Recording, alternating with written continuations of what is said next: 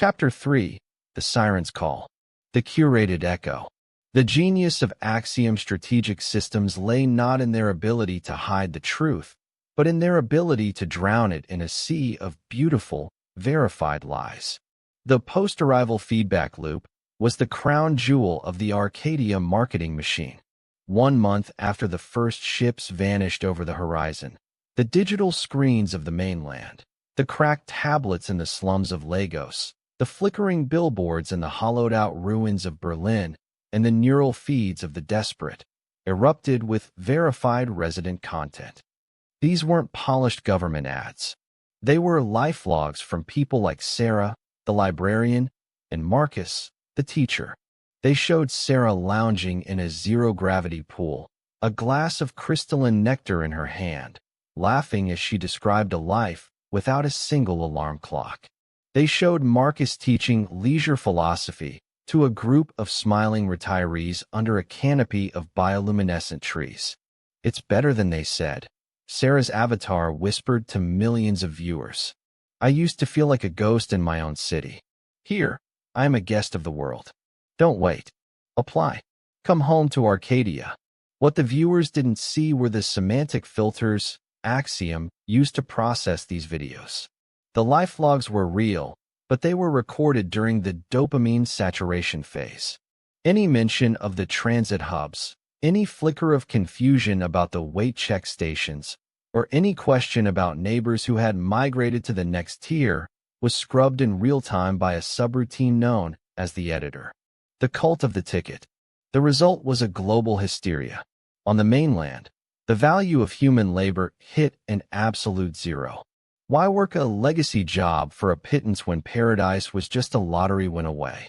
Axiom's management gurus had successfully inverted the social hierarchy. In the old world, the elite were the productives. In the new world of the Siren's Call, the redundant were the chosen ones. A strange, dark prestige became attached to having a low utility score. I saw a man in the Tokyo transit zone deliberately fail a basic logic test, Kale reported to Vance, watching the footage with a mixture of amusement and contempt. He wanted to ensure his score dropped into the priority decommissioning range. People are sabotaging their own intelligence to qualify for the ships. They are performing obsolescence. "That is the Axiom paradox in action," Vance replied, looking at the global heat maps. "When you make the exit more attractive than the room, people will break the windows to get out. We don't have to deport them. We just have to make staying feel like a punishment." The gray zone squeeze. To amplify the Siren's Call, the sovereign spreadsheet began to tighten the screws on the mainland. This was a process Axiom called the sunset of services. In cities like New York and Paris, the automated infrastructure began to prioritize the Arcadia infrastructure. Electricity was diverted from residential legacy zones to the massive, glowing departure lounges. Public water was replaced by subscription-grade hydration, which was conveniently free if you had already been accepted for migration. The message was unspoken but omnipresent. The world you knew is being dismantled. The lights are being turned off. There is only one place where the sun still shines. It was a masterclass in manufactured scarcity. Axiom created the great reward with one hand and the great neglect with the other. They turned the mainland into a waiting room so bleak and cold that the mystery of the islands became irrelevant. No one asked what happened after the wellness retreat, because anything, even a void, was better than the slow, gray rot of a world that no longer had a use for them. The greed of the useful. Even the high-yield tier, the engineers, the AI curators, and the political elite who were supposedly safe, began to succumb to the Siren's Call. They looked at the footage of the islands, and then at their own high-stress, high-responsibility lives. They were the ones keeping the lights on, the ones managing the decline, and they were exhausted. "Why am I working 18 hours a day to manage a dying city?" a lead system architect asked during an Axiom audit. "While my brother, who hasn't held a job in a decade, is sipping wine on Island Prime. When do I get to be redundant?" When do I get my golden ticket? Vance smiled when he heard these reports. This was the final stage of the coercion.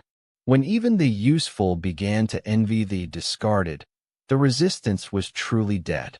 The siren wasn't just singing to the poor. She was singing to the soul of a civilization that had grown tired of its own existence. The ships weren't just carrying assets. They were carrying the very desire to live. And as the departure frequency increased, the management profits prepared to move the world into the infrastructure of silence. The infrastructure of silence. While the world was mesmerized by the life logs of happy retirees, the internal servers at Axiom Strategic Systems were running a very different program.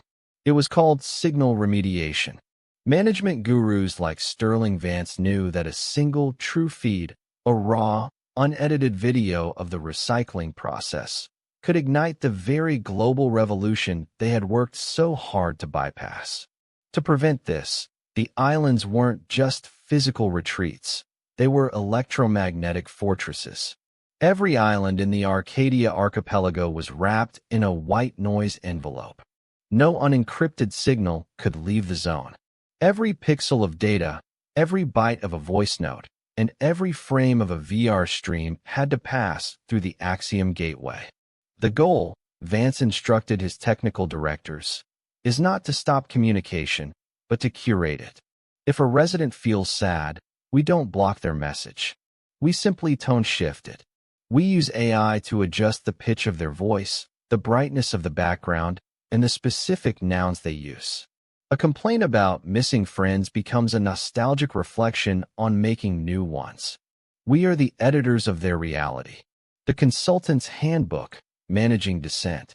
For the few skeptics remaining on the mainland, the old-world journalists and ethical traditionalists, Axiom didn't use violence. Violence was a low-utility solution. Instead, they used professional deplatforming. The Axiom Consultant's Handbook, Level 7 Clearance, contained a specific chapter titled, Neutralizing the Noisemakers. The tactics were subtle. 1. The data smear. If a journalist questioned the resource recycling numbers, the Axiom algorithm would discover financial irregularities in their past. Their bank accounts would be frozen not by a dictator, but by an automated compliance audit. 2. The sunset invitation. The most dangerous critics were often fast-tracked for the lottery.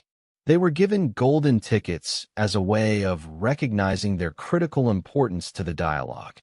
Once they boarded the ship, they became just another unit in the dopamine saturation phase.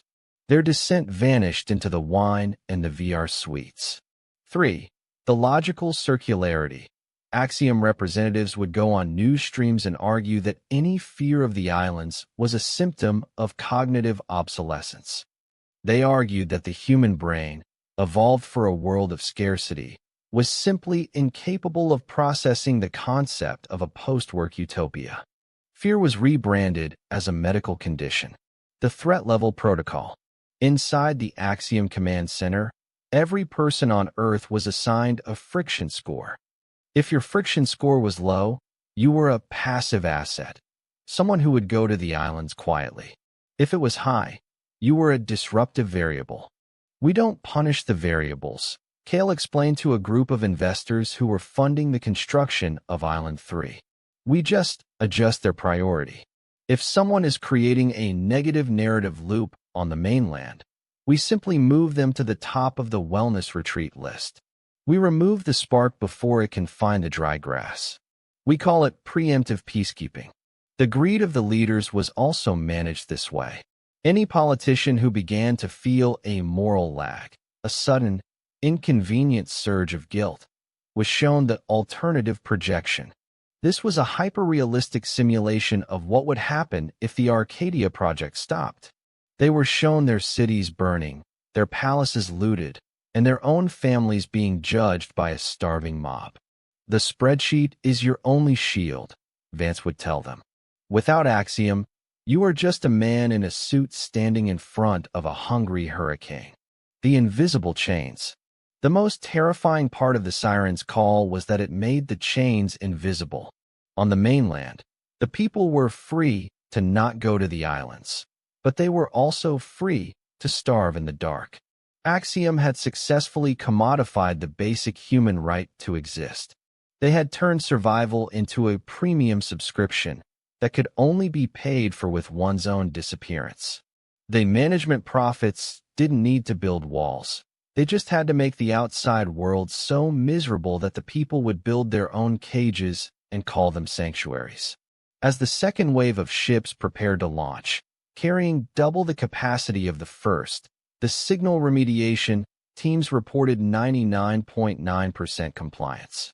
The world was silent, the spreadsheets were green, and the siren song was the only thing playing on every speaker on the planet. The ghost in the buffer. The leak was not the work of a sophisticated resistance movement. It was the result of a hardware oversight. On Island Prime, in the deep sublevels of the Resource Recycling Center, a single fiber optic relay had been slightly misaligned during the rapid construction phase. For 0.04 seconds every hour, the white noise envelope, the electromagnetic shroud designed to scrub all outgoing data, experienced a microscopic flicker in its shielding. Most of the time, this flicker broadcast nothing but the ambient static of the island's power grid.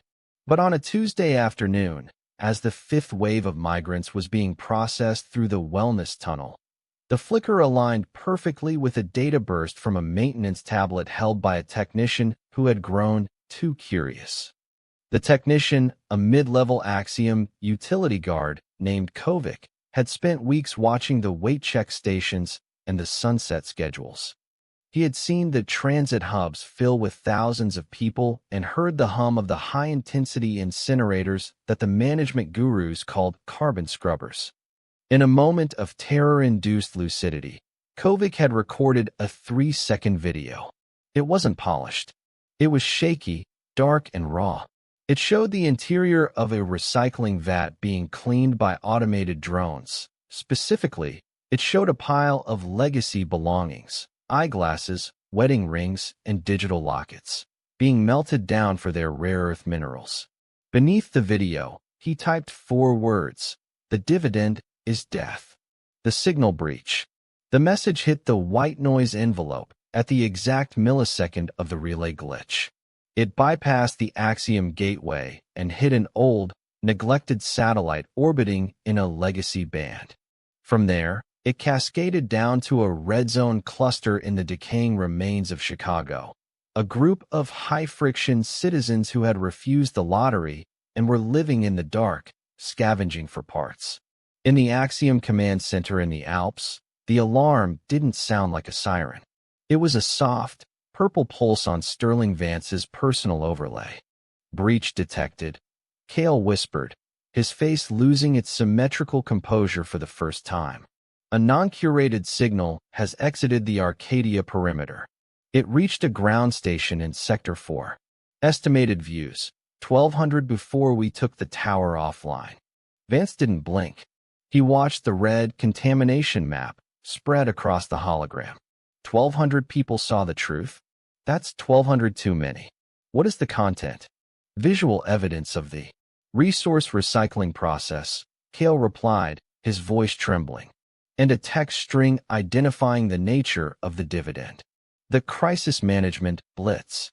The greed of the leaders was now replaced by absolute, cold-blooded panic. If the red zones believed the message, the migration would stop. The ships would sit empty. The sovereign spreadsheet would collapse back into the red, and the hungry masses would turn their eyes toward the glass towers once again. Vance stood up, his eyes reflecting the flickering data. "Initiate the paranoia protocol." "We don't deny the video. We dilute it." Within minutes, Axiom's generative AI engines produced 10,000 variations of Kovic's video. They released versions where the belongings were actually trash being recycled for Arcadia's green energy. They released versions that looked like obvious, poorly made CGI. They released versions where the technician was revealed to be a known terrorist with a history of psychological instability. "Make it so the truth is just one of 1,000 lies," Vance ordered. If everyone is shouting fake news, no one can hear the whistle. The hunt for Kovic. While the digital world was being flooded with noise, the physical world of the island became a hunting ground. The Arrow hosts, the friendly, dragonfly-shaped drones, switched from euphoria mode to search and secure. Their iridescent wings folded back, revealing high-output neural scanners. Kovic didn't make it to the beach. He was found in a maintenance duct 3 levels below the buffet plaza. He wasn't arrested. He was priority tracked. A shame, Kale noted, looking at the biometric readout of Kovic's final moments. He had a high utility score in mechanical engineering. A waste of talent. Talent without loyalty is just a liability, Vance said coldly. He has been recycled. Move his name to the disappeared ledger and tell the Sector 4 ground teams to initiate a health sweep in Chicago. Anyone who accessed the signal is to be one for the next lottery wave immediately. We don't want any witnesses left on the mainland. The fragile illusion. The leak was contained, but the prophets knew the seal was no longer perfect. The siren's call was still playing, and the people were still rushing to the ships, but for the first time, a shadow had been cast over the sun of Arcadia. On the mainland, in a dark basement in Chicago, a young woman named Maya sat staring at a flickering screen. She had seen the video. She had seen the glasses. She had seen the wedding rings. And she had seen the Axiom health drones landing in the street outside her door. She didn't run. She looked at her golden ticket, still sitting on the table, and realized that the great reward was nothing more than a polished exit sign for a species that was being deleted. They aren't taking us to paradise, she whispered to the empty room. They're just taking us out of the way. As the drones breached the door, she grabbed a small, analog recorder, one of the few things Axiom's sensors couldn't track, and began to speak. The redundant archipelago was no longer a secret. The war for the truth had begun, not with a revolution, but with a glitch in the spreadsheet.